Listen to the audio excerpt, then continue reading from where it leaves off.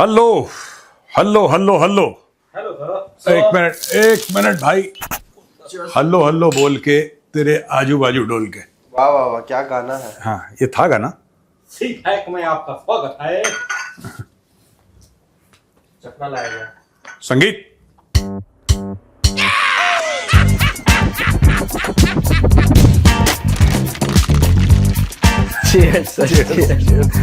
नापाक पलीत लोग हराम में लुटाए हुए। चकना। नहीं, अब नया टैगलाइन बना दिया। क्या? चखना लाया जाए। पहले म्यूजिक था, हाँ, अब चखना लाया जाए। चकना पेश किया जाए। चखना पेश किया जाए। लो जरा। कल से सर हम पेश करेंगे आपके इधर, ये तो गलत हो जा रहा है। हाँ, ये गलत हो ओम जाएगा। तिंगाड़े त्योड़ा क्या चल- ओम आए।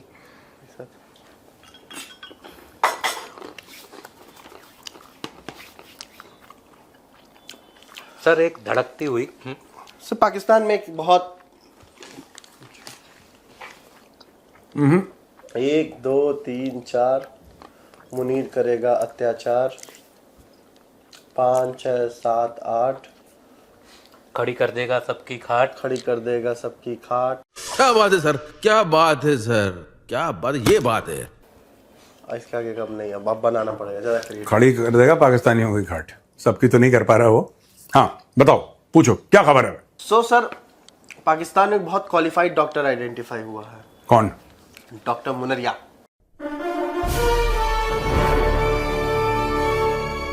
मुनरिया ने क्या एमबीबीएस कर लिया? वो एमबीबीएस नहीं किया है। आप बताइए सर, मुनरिया ने एमबीबीएस कर लिया, बोलो। सर क्या मतलब, ये तो मैं बड़ा वो रह गया। वो मतलब वो सब कुछ कर लेता है क्या? वो सब कुछ कर लेता है। अब वो क्यों, उसने क्या करा? इलाज कराया कह रहा किसी? मैं पैदा ही नहीं होने दूंगा पाकिस्तानियों को।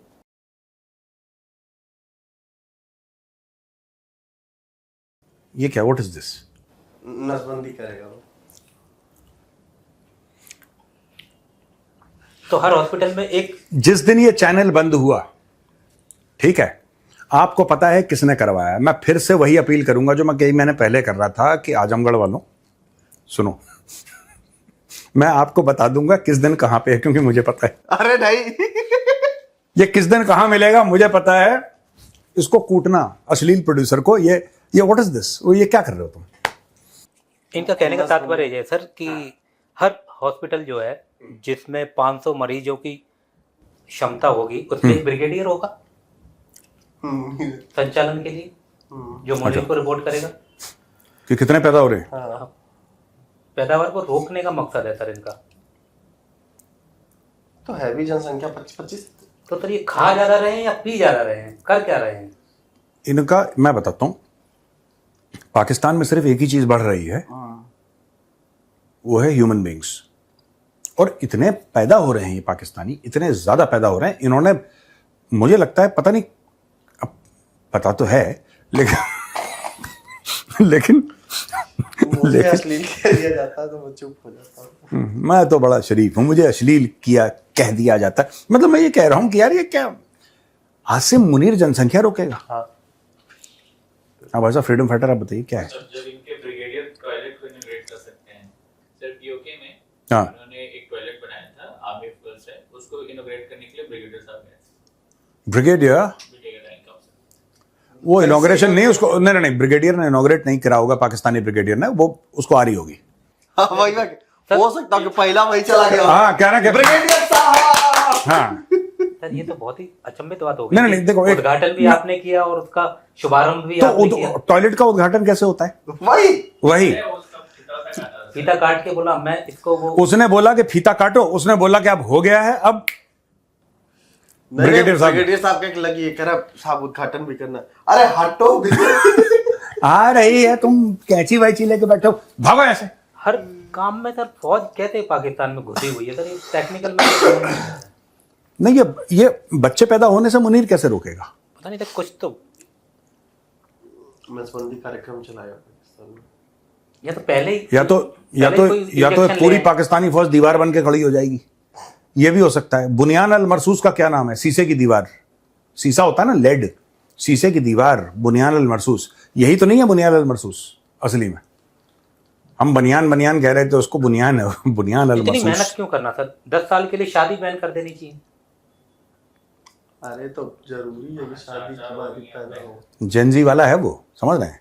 जेनजी हो ना तो तुम? वो तो नहीं वो होगा ना, फिर वो उसको भारत थोड़े से पाकिस्तान की समझ उसको गया। नागरिकता ना दी जाए, जो इन 10 साल में आ भी गया गलती से। तो बोला नहीं 10 साल तो बिल्कुल बैन है, शादी वादी सब बंद है। अरे तो सर एकदम जनसंख्या ऐसे जाएगी धैड़ सीधे नहीं नीचे। यही है नहीं, पुराने देखो, जमाने नहीं की यार। सोच। हाँ, मॉडर्न सोच नहीं है। जरूरी है शादी के बाद ही पैदा। नहीं पुराने जमाने में तो बहुत कुछ होता था सर। हाँ, जबरदस्ती आपको आटे में कोई ऐसी दवाई दे दें कि कंट्रोल फ्रीडम फाइटर, सर वो कंट्रोल हुआ था दिल्ली में। Control freedom fighter, control. आप भावनाओं को जरा ऐसे, भावनाओं को जरा सुप्रीम कोर्ट में केस चला गया था सर। अरे भैया बस। कंट्रोल होता है, कंट्रोल वो डॉग वाला अरे भाई कंट्रोल फ्रीडम फाइटर, कंट्रोल। मैं बोल के रहूंगा दिल्ली में और भारत में डॉग के ऊपर, वेल कैरी ऑन। डॉग के ऊपर ये प्रयोग किया गया। कंट्रोल। जाए इधर ही, वो गोपी सा गोपी क्या, अरे गोपी नहीं, गुलगुले। हाँ, हाँ। वेल तो सर कहने का तात्पर्य यह है कि हर जगह फौज कर रही है मौज। खराब ही नहीं, मतलब सॉरी। तो ये क्या मतलब, अभी सर एक और घटना घटित हुई है, जो इनकी नेशनल पुलिस एकेडमी है, हाँ, जहां से इनके वो तैयार होते हैं SHO, जिनको उठा ले जाते हैं वो BLA वाले। जो एक SHO की मार वाली एकेडमी जो है। 2 SHO गायब हो गए हाँ, और कुछों को पकड़ के ले गए, पता नहीं क्या। हाँ। तो वहाँ नेशनल एकेडमी में ये हुआ है सर कि एक मेजर साहब को तैनात किया गया है हाँ, और प्रधानमंत्री जी ने बोला है कि तैनात किया जाए फिजिकल के नाम पे, पर एक आर्मी का एलिमेंट जोड़ दिया। ये मतलब हर जगह फौज। मैं तो कह रहा हूं खबर ये नहीं है, अगर आर्मी से वो जा रहा है, ठीक है, that is one part of it. दुनिया में ऐसा होता है, आर्मी से लोग जाते हैं, बट ऐसा नहीं कि जाते हैं फिर वापस आते हैं, ऐसा नहीं। आर्मी से रिटायर होकर फिर आप पुलिस ज्वाइन करो या कोई और ज्वाइन करो, ऐसा कई जगह होता है। पहली चीज तो ये है कि यहां पे आर्मी से डेपुटेशन में किसी का जाना, फिर वापस फौज में आना, 2 साल। हाँ, यानी कि वो एक्टिव ड्यूटी पर्सनल है, पहली चीज। दूसरी चीज, एक मेजर के लिए, जो कि एक जूनियर रैंक होता है फौज में, राइट, प्राइम मिनिस्टर अप्रूव कर रहा है, उसमें नाम लिखा है prime minister Shahbaz Sharif directed whatever. I am very surprised कि एक मेजर की पोस्टिंग के लिए प्रधानमंत्री PMO बीच में पड़ रहा है। कोई देश कितना डिसफंक्शनल हो सकता है यार। I just hope that this is fake news. मतलब मैं ऐसी उम्मीद कर रहा हूं कि ये जो स्क्रीन पे आप देख रहे हैं ये फेक है, मैं ऐसी उम्मीद कर रहा हूं, क्योंकि वरना फिर तो आपने भी सर पाकिस्तान से उम्मीद ही कर दी, आप उनसे मना करते रहते हैं, इनसे उम्मीद ना करें। नहीं, मतलब कि मैं चाहता हूं, क्योंकि देखिए ना, कोई ऐसा नहीं हो सकता कि मेजर की पोस्टिंग के लिए देश का जो प्रधानमंत्री है वो बीच में पड़ रहा है। ये बड़ी अजीब सी बात है। आज खुदाई करेंगे सर, ये पक्का इसका कुछ होगा। दूर की बुआ का भतीजे का नाती, इसको से भी मुनीर पलटाओ, होगा। कहीं चिपकाओ, हाँ, इसको कहीं लगाओ, धंधे से लगाओ, इसको सम्मान मिले और सब कुछ मिले। ये होगा दूर की बुआ के पंती का नाती, पक्का निकलेगा, मतलब कुछ निकलेगा। ये पंती कौन सा रिश्ता हो गया? पंती होता है, पंती संती, तुम नहीं समझोगे। वो जो हमारे घर ऑफिस में आया था ना, वो ये हमारा पंती था वो ये धौलपुर वाला और मामला ये है। मिला था सर हमारे पंती से, ऐसा ही कह रहा है। ये मतलब वो मेरा पंती शब्द। पंती, नाती, पंती, संती। अच्छा, नाती पंती। नाती का बेटा पंती कहा जाता पंती है। के बाद संती। ये बहुत दूर है भाई। कौन जिला में रहता है? ये अरे ये थर्ड अंपायर है लहकपुर प्रीमियर लीग के। क्या बात कर दी आपने? मेजर साहब हम देख क्या है सर, वो लहपुर प्रीमियर लीग। आप लहकपुर गए थे ना, तो लहकपुर प्रीमियर लीग में आप देखा इनको? दोनों गए थे ये। अच्छा, मैंने कहा और भाई mister Ram, you are also there.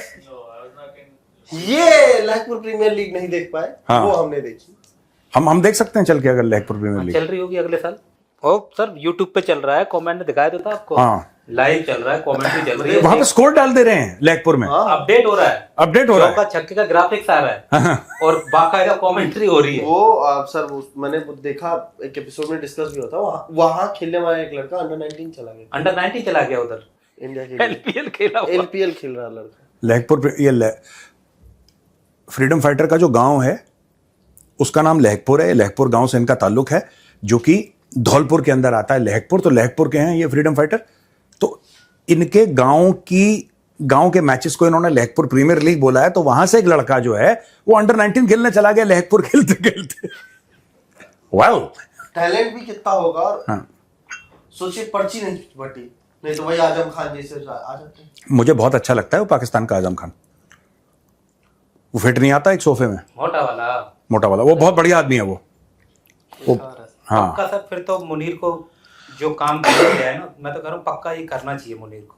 Munir कई ऐसे लोग तो बेफालतू में और सिर्फ अनाज खाने के लिए पैदा हो रहे हैं, ऐसे लोगों को ना ही पैदा होने दे। बहुत अच्छा काम कर देगा मुनीर अगर इस फील्ड में आ गया तो। वेल, बट लेकिन सर वो एक और रीजन हो सकता है उसके पीछे। रीजन ये हो सकता है कि कफन के लिए भी तो वो लोन लेना पड़ रहा है इन लोगों को पाकिस्तान में। बहुत बड़ा मतलब क्या हुआ है सर? हाँ, महंगाई बताओ एक में बताओ। 1500 सर, देखिए एक पूरा रिपोर्ट है कि अंतिम संस्कार के सामान पर लगभग 10,000 रुपए, जो डेड बॉडी है उसको नहलाने और उससे जुड़ी सेवाओं के लिए 5,000 रुपया, कब्र के लिए 15 से 25,000 रुपया, और कब्र खोदने वाले की मजदूरी के तौर पे 5,000 रुपया। दफनाने के बाद, ये इंपॉर्टेंट है, शोक मनाने वालों के खाने पीने पर आमतौर पर 25,000 से 50,000 रुपए का खर्च आता है।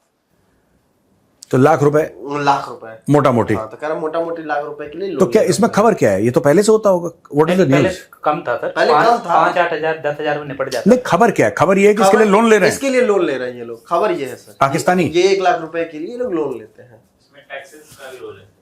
मतलब जो ये प्रोसेस है ना, हाँ, इसके स्टेजेस पे गवर्नमेंट ने टैक्स भी हाँ। लगाया, पाकिस्तान गवर्नमेंट। तो there are two news, one की लोन लेना पड़ रहा है, दूसरा उस मरने के प्रोसेस में भी गवर्नमेंट टैक्सेस कभी इस तरह से। ये वहीं जा रही है बात सर, पॉपुलेशन पे। हाँ, ना पैदा होगे ना मरोगे, ना जहाँ जितने उतने ही रहोगे, जड़ से ही उखाड़ देंगे। तो आप वहीं आ जाओ जहां से शुरुआत है ना, मुझे एक बात समझ में नहीं आई। इन्होंने पहले टॉयलेट पे भी लगाया था, फिर खाने पे टैक्स बढ़ा दिया, ना खाओगे ना जाओगे, ये भी था इनका, This one। है ना? Carry on. ना खाओगे ना जाओ। देखो, ये इस लाइन में दम है कि नहीं? आप बताइए जरा, कमेंट्स में लिखिए। ना खाओगे ना जाओगे। अगर जाओगे तो बन जाओगे जैसे ब्रिगेडियर साहब जिन्होंने फीता काटा था, उन्होंने बोला हट, मैं आ गया, अब मैं ही करूंगा यहाँ पे, दरवाजा तोड़ दिया। हाँ, दरवाजा तोड़ दे। बहुत ही महंगा हो गया सर है। महंगा हो गया अब पाकिस्तान मरना में भी रहना। आसान नहीं, मरना आसान नहीं, जीना आसान नहीं, खाना आसान नहीं, जाना आसान नहीं। हर चीज में चैलेंज है। और धोना भी आसान नहीं है, क्योंकि भारत ने पानी रोक दिया। ये भी मोदी जी अगर की ऐसा साजिश। सिस्टम आ जाए ना सर की जस्ट इमेजिन कि पाकिस्तानी बिना धोए घूम रहे हैं। आप सोच सकते हैं कितनी बड़ी ट्रेजेडी है। और आप देखिए भारत ने क्या जुल्म करा है, और मोदी जी ने क्या चाल चली है पाकिस्तान के खिलाफ, जो साजिश करी है वो गलत है यार।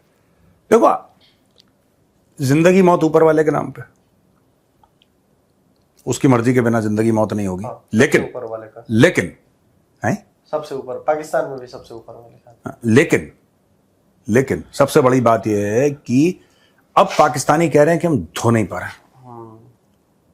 वो जाते हैं और सर पानी नहीं है वहां पे। बात धोने की आ गई है सर, तो मैं बता दूं आपको, जो आप देख रहे हैं, जो कल बताया गया था, जो बादल हमारे ऊपर हैं वो युद्ध के बादल हैं। ये बादल नहीं छोड़ रहे। नहीं सर, मैं बता रहा हूं, 3 दिन से बादल नहीं छोड़ रहे। नहीं, बादल जो युद्ध के थे अब उनका रिजल्ट आ रहा है। हाँ, एक पाकिस्तानी पत्रकार, क्या नाम है भाई उसका? रिजवान राजी है भाई, कहाँ नाम बताए थे उसका? अरे मैं भी वही बोल रहा हूँ। हाँ, तो वो जो है वो कह रहा है कि भारत को 48 घंटे की हमने वार्निंग दी थी हाँ, कि यहाँ तो पानी छोड़ो वरना।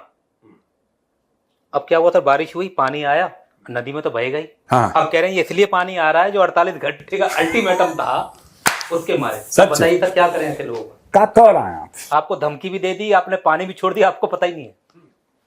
आपने सुनी थी धमकी? 48 घंटे का अल्टीमेटम था भाई। मैं पूछा 48 घंटे वाली धमकी। हम जरा दिखा सकते हैं वीडियो? और भारत को ये पैगाम भी चला गया हो कि तुम्हारे पास सिर्फ अगले 48 घंटे हैं। इन 48 घंटे के अंदर अगर पानी नॉर्मलाइज ना हुआ तो फिर हम आपके ऊपर जो करेंगे वो आपके फरिश्तों को भी पता नहीं चलेगा। उसके बाद फिर हो सकता है चनाब का पानी खुल भी गया हो, इसके बाद सानू की पता कि खबर तो नहीं चली। देखे कहाँ कह रहा है, आपको धमकी भी दे दी, आपको पता भी नहीं चला, और आप पानी भी छोड़ बैठे हैं। और वहां के लोग कह रहे हैं अच्छा ये 2 दिन से जो आप धमकियां दे रहे थे उसका पानी आ रहा है क्या? हाँ। और अचानक मान लीजिए बारिश रुक गई, पानी कम हुआ, अरे फिर धमकी। मुझे लगता है अभी मानसून है ना, तब तक अभी भारत को छोड़ना चाहिए। वो IMD का अलर्ट चेक करता हूँ हाँ, अब धमकी पूरा एक साथ छोड़ दो पानी। हाँ, इसमें दिखा रहा है जैसे कि सोमवार को बारिश होने वाली है, तो संडे वनडे को आके धमकी दे दो तगड़ी सी, कल नहीं दिया ना पानी तो देख लेना। सोमवार को बारिश हो जाएगी, हाँ, पानी ये ओवरफ्लो हो जाएगा। ये मुझे लगता देखा मुनरिया यही काम करता है ना। और बताओ क्या खबर है आपकी आज की? सर शहबाज शरीफ ने एक बहुत गंभीर आरोप लगा दिया। पर सर कल जो तुमने देखा होगा बड़ा रोता सा था सर वो, और जैसे वो ऐसे माइक वाइक हिलाता था या गर्मजोशी से बोलता था कि हम, कल बड़ा ऐसा रोता था और ऐसे लग रहा था जैसे किसी के उसमें नहीं जाते सर, मरे गिरे में जाते हैं तो बड़े उसमें धीरे से खबरें देना, या बहुत ऐसे डरा हुआ था बोल रहा था, पता नहीं किसका डर जा रहा है। क्या है खबर, क्या है? उसने भारत और अफगानिस्तान पे आरोप लगाया है कि पाकिस्तान में जो आतंकवाद है ये यही दो लोग करना, वरना तो पाकिस्तान एक खुशहाल मुल्क है। सुपर पावर बन चुका होता। हाँ, और ये हिंदुओं की साजिश है। हाँ, ये हिंदुओं की भी साजिश है और कुछ अफगानों की भी साजिश है, और सब मिल मिला के साजिश कर रहे हैं। हमारे मशरकी हमसाये का भरपूर हाथ है, हर लिहाज से भरपूर वो पैसा इन दहशतगर्दों को, इनकी तंजीमों को मुहैया कर रहे हैं, असलहा मुहैया कर रहे हैं। अफगानिस्तान में ये दहशतगर्द मिलकर हमलावर होते हैं KP में, और इसी तरीके से और कुछ खारजी हाथ है जिनके बारे में मैं यहाँ पर मजीद कुछ कहना नहीं चाहता। अच्छा, तो ये शहबाज शरीफ ने बोला है? शहबाज शरीफ ने बोल दिया। और ये कह रहे थे कि मूड खराब है शहबाज शरीफ का, कह रहे हैं थोड़ा ऐसा था जैसे जरा सा हिला दो तो रो जाए बंदा, ऐसे एक आध ऐसे इंसान नहीं होते सर कि उनको बात करो वो अपना कुछ दुख शेयर कर रहे होते, फिर ऐसा लगे कि अब उनकी गलती भी है। हाँ। डांट दोगे तो रो देंगे वो सब। हाँ। तो डांटने का मन भी नहीं होता कि डांटूंगा भी रो देगा वो। यार मुझे छींक आते आते रुक गई। यही ऐसा बंदा ही ऐसा है। ये कोई सेंस है इस बात में? शहबाज शरीफ का छींक से क्या? नहीं, मुझे बहुत फ्रस्ट्रेशन होता है यार जब छींक नहीं होती ना, फिर मैं वेट करता हूँ कि दूसरी बार छींक कब आएगी। अब मेरी छींक। एक बार और बोलना भाई, कौन है प्रधानमंत्री वहां का? शहबाज शरीफ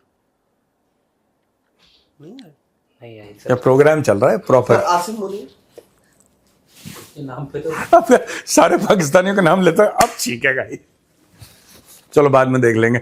तो क्या उसने, क्या वो रोने वाला बहुत परेशान था? वही मैं कह रहा हूँ नहीं, सहमा हुआ टाइप का कि बस अब उसका दुख सुनते रहो, जवाब दोगे तो रो देगा। तो वो क्या कह रहा है कि इंडिया ने करवाया है? इंडिया और अफगानिस्तान ने मिलके इन लोगों को फंड कर, ये बोल किसको रहा है? ये अपने आवाम को, और उसमें कई सारे बैठे हुए हैं सर। वो कोकोनट भी दिख रहा था उसमें, कोकोनट भी था वहां पर। हाँ, कोकोनट भी बैठा था। वो कोकोनट रहता है सर, वो हम जोली हम साया, वो कैसे कहा जाता है? वो कहीं बैकग्राउंड में क्रोमा टाइप का है ना, वो क्रोमा है उसका, है ना, पीछे कहीं पड़ा रहेगा, जरूर रहता है वो। मुझे समझ में नहीं आई यार बात। मैं ऑन अ सीरियस नोट, मुझे समझ नहीं आई कि ये अगर इतना पाकिस्तानियों को भरोसा है कि ये, और इनके पास प्रूफ है जैसा ये लोग कहते हैं कि भारत कर रहा है, तो ये एम्बेसी वालों को मैं कई बार बोल चुका हूं यार। मैं तो 5 साल से बोल रहा हूं ये बात। 5 साल से इस्लामाबाद में जितने भी एम्बेसीज हैं या हाई कमीशन हैं, आप सबको बुलाइए और सबको प्रूफ दे दीजिए, कहानी खत्म। अगर भारत ने गलत काम करा, भारत को एक्सपोज क्यों नहीं कर रहा? मुझे यही बात समझ में नहीं आ रही। ये एक्सपोज को भारत कहते थे। हाँ, बस इनको खुद ही नहीं पता। ये भाई आप बुलाओ, यूएस का एम्बेसी वहां पे है, वहां पे यूके का हाई कमीशन है, वो दुनिया भर के 100 के करीब एम्बेसी हाई कमीशन होंगे वहां पे। जब हैं तो आप बोलो उनको, आप बोलो कि साहब ठीक है, ये मैटर है आपका, और ये देखिए ये हम आपको प्रूफ दे रहे हैं, ये हमने आपको पेन ड्राइव दी है, या हमने आपको कुछ लिंक दिया है इसमें, या कोई ये फोटोग्राफ्स हैं, और आप इसका फोरेंसिक करवा लीजिए, या हम लोग सही बोल रहे हैं या गलत बोल रहे हैं, अपने अपने मुल्कों से आप फोरेंसिक करवा लीजिए, और अगले महीने हम फिर मीटिंग करेंगे और हम इंडिया को एक्सपोज करेंगे। बिल्कुल, दे शुड डू इट। मैं तो कब से कह रहा हूं, ये 5 स्टार होटल जो इनके हैं, ये ढाबे टाइप के जो पाकिस्तान में, वो किस लिए हैं? बड़ा से ये सिर्फ शादियां करने के लिए इस्तेमाल करते हैं होटल, और इनका कोई काम नहीं है। ये कर रहे हैं शादी, मुनीर रोक रहा है बच्चे। I don't know what is the happening is the why this kolaveri di. एक और काम करने के लिए जाते हैं, जिसके बाद पॉइंट वो उस पे बुलजाई पे फिर पिस्तौल चल जाती है। होटल इसके लिए भी जाते हैं सब। मतलब फॉर्मर DGISI बुलजाई बस। वो फार्म हाउस गया था। अच्छा फार्म हाउस गया था? हाँ, जब उसकी बीवी ने उसके मारा था बुलजाई पे, बुलजाई पे, अंग विशेष पे उसने ग्लॉक मारी थी, ठपाम भाग रहा था। अरे मैं तो ये कह रहा हूं, मैं तो अगर उसकी वाइफ मुझे मिल जाए ना, मैं कहूंगा मैडम आपको सैल्यूट है। क्यों सैल्यूट है मैं बताता हूं आपको। मैडम आपको क्यों सैल्यूट है फैज हमीद की वाइफ से, कि मैडम आपको इसलिए सैल्यूट है कि आपने मूविंग टारगेट को पिस्टल से एंगेज किया। ये NSG वाले करते हैं सब, और SPG वाले यार moving pistil is so inaccurate, pistil is so inaccurate. Just imagine Glock पड़ी है, ठीक है, फैज हमीद जो है वो नंगा भाग रहा है, उसकी बीवी ने उसको पकड़ लिया, फैज हमीद भाग रहा है, ऐसे भाग रहा है कमरे से, उसकी वाइफ लेती है पिस्टल, कॉक करती है, लीड लेनी पड़ती है क्योंकि देखो जब तक गोली पहुंचेगी ये तो भाग रहा है, तो जहां भाग रहा है अगर आप वहां पे करेंगे शूट तो तब तक आगे निकल जाएगा, गोली मिस हो जाएगी। तो उसकी वाइफ ने क्या करा कि यहां पे गोली मारी कि जब वो आया और पीछे से, या तो गोली ऐसे गई है, इन स्विंगर जैसे होता ना वसीम अकरम का इन स्विंगर, या तो ऐसे गई है गोली, सीधी नहीं गई, कुछ तो भी फिजिक्स डिफाइंग हुआ है वहां पे। फार्म ISI का चीफ था फैज हमीद, जो रिटायर हो गया अभी, जिसको जेल वेल भी डाल दिया, शायद कुछ हो गया उसके साथ, तालिबानियों से डील करने गया था। तो हाँ, तो फैज हमीद ये चाय वाय पी रहा था तालिबानियों के साथ, कह रहा है एवरीथिंग इज अंडर कंट्रोल। उसका क्या हुआ कि उसकी बीवी को नहीं पता था, ये अपनी गर्लफ्रेंड के साथ फार्म हाउस पर लूडो खेल रहा था, तो उसकी बीवी ने देख लिया, तो जब वो लूडो खेल रहा था, अच्छा भाई हमारे बिल्कुल निर्वस्त्र थे वहां पे, तो ये जब भाग रहे थे तो उनकी बीवी ने पकड़ा, उनकी बीवी ने उन्हीं की पिस्टल ली, पिस्टल कॉक करी, जाहिर सी बात है यार, पिस्टल पड़ी कॉक थोड़ा ना होगी, पर उसके अंदर एमुनेशन थी, तो इसने कॉक करा, उसने मारा धाड़। और उसके हाथ में सर वो डिब्बी भी थी, केड़ी डिब्बी, जिसमें गोटी होती है, तो खड़खड़ खड़खड़ की आवाज आ रही थी जब वो भाग रहा था, गड़न गड़न गड़न गड़न। तो उनकी वाइफ ने लिया and she engage the target, moving target को पिस्टल से। आई कांट इमेजिन, मैं तो जीवन ना कर पाऊं यार, मतलब जो आवाज हो रही थी उसमें शब्द भेदी पिस्टल चलाई थी। आपको पता है पिस्टल हमें तो ऑथराइज नहीं होती थी, सो ऑथराइज नहीं होती थी। मैंने एक बार 17 कुमाऊं में मैंने पिस्टल फायर करी, ठीक है, और मेरे जो सीनियर थे, राइट, उन्होंने बोला गौरव एक काम करते हैं, कुछ और करते हैं, तू छोड़ दे इसको बेटा, तुझसे ना हो पाएगा।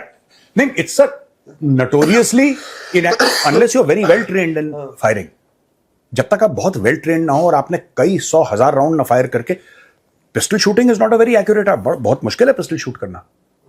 हाँ, क्यों, छोटी सी बैरल उसकी होती है, ढम से ऐसे होती है, हमसे नहीं हो पाया। I could shoot pretty well with a rifle and all that, but pistol के साथ तो I never कभी हुआ ही नहीं मेरा ढंग से। स्टेशनरी टारगेट यार, सामने खड़ा है गत्ता, आपको उसमें फायर करना है, उसमें ढंग से नहीं लग रही। मैडम को इसलिए मैं सलूट कर रहा हूं कि चलते हुए टारगेट, नग्न अवस्था में DGISI भाग रहा है, दौड़ा दौड़ा भागा भागा सा, निशाना एकदम परफेक्ट है। ऐसा भी मतलब इतने बड़े शरीर में कहीं भी लग सकती थी, कहीं भी लग सकती थी, लेकिन लगी अंग विशेष में। पता है उसने औंधे मुंह लेट के फाइल साइन करी है 6 महीने, ऐसा बताते हैं पाकिस्तानी, पता नहीं सच है झूठ है, पर फिर ऐसे औंधे मुंह लेटा वो और जमीन पे रख के फाइल साइन करता था। देखिए सच व झूठ की बात नहीं, इतना तो सच है कि लगा है बुलजाई पे अटैक, बुलजाई पे, जब बुलजाई पे लगा है तो बेचारा बैठ तो पाएगा नहीं, बुलजाई के आसपास तो लगा है कम से कम। कितने दिनों तक का साइन किया बंदे ने? सर इतना एक्यूरेट नहीं, कितने दिनों तक लगा उसको इसमें साइन करने में? वो वही बताएगा, पता नहीं, पर लोग कह रहे थे कि ऐसे तख्त पे लेटता था उल्टा। इसीलिए तो ऐसा नहीं हुआ कि वो कनिष्क होटल में जो चाय पीने गया तो बैठ के नहीं पी रहा था, खड़े खड़े पी रहा वो था। कनिष्क में नहीं था, वो आई थिंक कुछ था वो, नहीं 100 से कुछ नाम है यार, सरीना होटल सरीना में, होटल सरीना या कुछ ऐसी था, हाँ, होटल सरीना में, काबुल में था ना। I am not sure about the name, मुझे नाम नहीं पता, लेकिन ये जो इसने खड़े होकर इसीलिए चाय पी रहा था, बैठ के नहीं पी रहा था। नहीं, ये गोली पहले लग चुकी, उसके बाद उसने चाय पी। हो सकता है रेगुलर बैठने की आदत छूट इस पर एक, हाँ ये भी है, या तो खड़ा होता है लेटता है, बीच वाला बैठने का चैप्टर ही उसने क्लोज कर दिया। सर इस पर मुझे 2 शेर याद लाइनें याद आई हैं। वाह कि वाह, लम्हों ने खता की, लम्हों ने खता की और सजा सदियों ने पाई, यानी एक लम्हे में उसने खता हुई और कई महीनों तक जो है उल्टे होकर जो साइन की, उससे अगर ये कुछ मिल जाए। वेल लम्हों ने खता की, वाह, लम्हों ने, एक बार फिर से बोलना, लम्हों ने लम्हों ने खता की जो है, जो है सदियों ने सजा पाई जो है। एक चीज और पूछनी थी सर कि भाई पिछले हम 10-15 दिन पहले कवर कर रहे थे कि यूट्यूबर्स उतर आए थे सड़कों पे, और वो कौन है सर, चौधरी, फवाद चौधरी, वो भी था और भी कई सारे थे। वो मुनरिया को जो है नोबेल पुरस्कार देने वाले थे। हाँ, तो ये जो हुआ है ईरान वाला, अमेरिका वाला, ये तो गया नोबेल हाथ में से आता आता। ये आपस में एक दूसरे को देते हैं नोबेल प्राइज। इन्होंने, देखो पाकिस्तानीज ना, पाकिस्तानी क्या खेलते हैं कि दरारों में खेलते हैं। ये क्या होता है कि जैसे दो प्लॉट हैं, एक आपका है, एक नपेंद्र का है, ठीक है। पाकिस्तानी कहेगा जो प्लॉट के बीच में दरार है ना जमीन में, वो दरार मेरी है। ये अभी देखो इन लोगों ने क्या हुआ, ये वाली तब हमारे बीच में भी दरार होनी चाहिए था। ये बंदा सही नहीं है वेल तो वेल तो सर जो इसने ये नोबेल पुरस्कार जो इसके हाथ से गया है, अगर इसको मिलता है तो फिर वही इसका नाम वही जाएगा, डॉक्टर मुनीर नसबंदी वाले। डॉक्टर मुनीर नसबंदी वाले डॉक्टर मुनीर नसबंदी इसी पे ऐड कर देना हर बुधवार। भैया जी वो ले लो। यार सुनो, मैं तो कह रहा हूं कि जब दिल्ली से बाहर ट्रेन जाती है ना, तो दीवारों के अंदर जो लिखा रहता है ना, ऊपर दीवारों के, उसमें लिखो डॉक्टर आसिम मुनीर नसबंदी वाले, संपर्क करें बवासीर के लिए। फाटक के पास नसबंदी वाला बवासीर का कैसे इलाज करेगा? देखो सुनो, एक माँ आगे की समस्या पीछे के, मुनीर सबको सॉर्ट आउट कर सकता है। बड़ा आदमी यार, तुम लोग हल्के में लेते हो, फील्ड मार्शल है वो, समझे? तमीज से बात करा करो उसके। चलो सवाल जवाब करो यार, सवाल जवाब। सर कौशिक परमार जी हैं करजन वडोदरा से। उनका सवाल है कि we are capable of reclaiming Pakistan occupied Kashmir, but when will we be capable of reclaiming the land of China has encroached upon? यार देखिए, ये तो चाइना वाला जो मैटर है वो भी हमें करना चाहिए, जाहिर सी बात है। लेकिन ये जो पूरा मैटर है ना चाइना का, जो land encroached, it's few thousand kilometres, and this goes back pre 1962। Pre 1962 ये बात लगातार चल रही है। अब जो सक्शगाम वैली है वो पाकिस्तान ने चाइना को गिफ्ट कर दिया, जबकि उसका था ही नहीं गिफ्ट करने के लिए। That is illegally occupied. तो ये है वो, पता नहीं 30-35 हज़ार, पता नहीं कितना स्क्वायर किलोमीटर है वो चाइना ने 90, वो इवन बिफोर 62 उन्होंने ये काम करना शुरू कर दिया था चाइना ने। मैं एक और चीज आपको बताता हूं, होता यह है कि देश की, एंड सीरियसली बता रहा हूं, देश की जो मिलिट्री कैपेबिलिटी है ना, उसको डेवलप करने में दशक लग जाते हैं, एक नहीं कई दशक लग जाते हैं। और ये आप चेक कर सकते हैं इंटरनेट पे कि जब देश आजाद हुआ था तो जो पॉलिटिकल लीडरशिप थी देश की, उसने बोला कि आपको ना फौज चाहिए नहीं, क्योंकि गांधी बाबा का देश है, अहिंसा का देश है, आपको फौज नहीं चाहिए। पुलिस है, कुछ उपद्रवी होंगे तो पुलिस लाठी वाठी मार के सेट कर लेगी उनको, कुछ दिक्कत नहीं है। वी डोंट, हम लोग, ये जो भारत के अंदर ये बात आई ना पूरी मॉरल लेक्चर देने वाली, ये बड़ी बुरी हैबिट है। Nobody is interested in moral lectures, people are interested in strength. ताकत का दबदबा होता है, आप कितने नैतिक रूप से आप कितने सॉलिड हैं, nobody cares in this world. तो बोला कि साहब सेना ही नहीं होनी चाहिए, ये बात हुई थी। 9 हफ्ते के अंदर पाकिस्तान ने अटैक कर दिया, तब भी नहीं सुधरे हम लोग। वो लड़ाई लगभग 2 साल चली, मोटा मोटी 47 चली, पूरी 48 चली, वो जाके एंड में 1.5 साल तो चली 1.5-2 साल के दरमियान सब कुछ हो गया।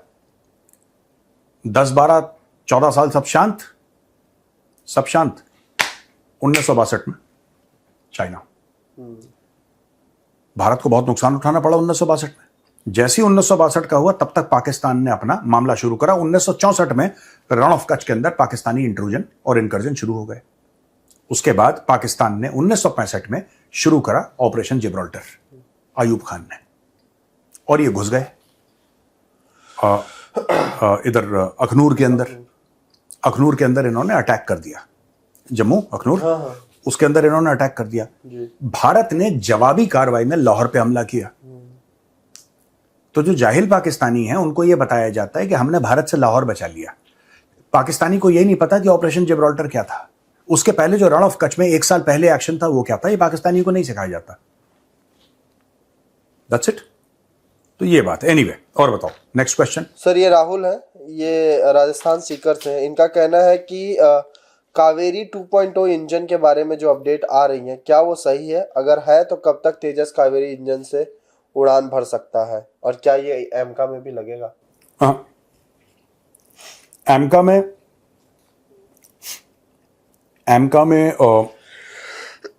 सॉरी सर, 414 लगेगा जीआई का, F414। और उसके बाद एमका जो सेकंड फेज आएगा एमका का, उसमें साफरान का इंजन लगेगा। जो कावेरी इंजन है उसका इतना थ्रस्ट नहीं है कि वो फाइटर टेक ऑफ कर सके। तो एक ड्रोन है घातक में टेस्टिंग कर रहे हैं कावेरी इंजन की, जेट इंजन, जो कि एक ड्रोन में लगेगा। कावेरी इंजन अभी फाइटर जेट को नहीं, हाँ ड्रोन उड़ा सकता है, वो हमारी खुद की टेक्नोलॉजी है। ये सब लार्ज ड्रोन को, बड़े ड्रोन को उड़ा सकता है, इसमें कोई डाउट नहीं है। लेकिन ये कहना कि वो तेजस को उड़ा देगा या एमका को उड़ा देगा, I don't think that is true. ठीक है भाई, सर चले भाई, चलो राम राम। राम राम।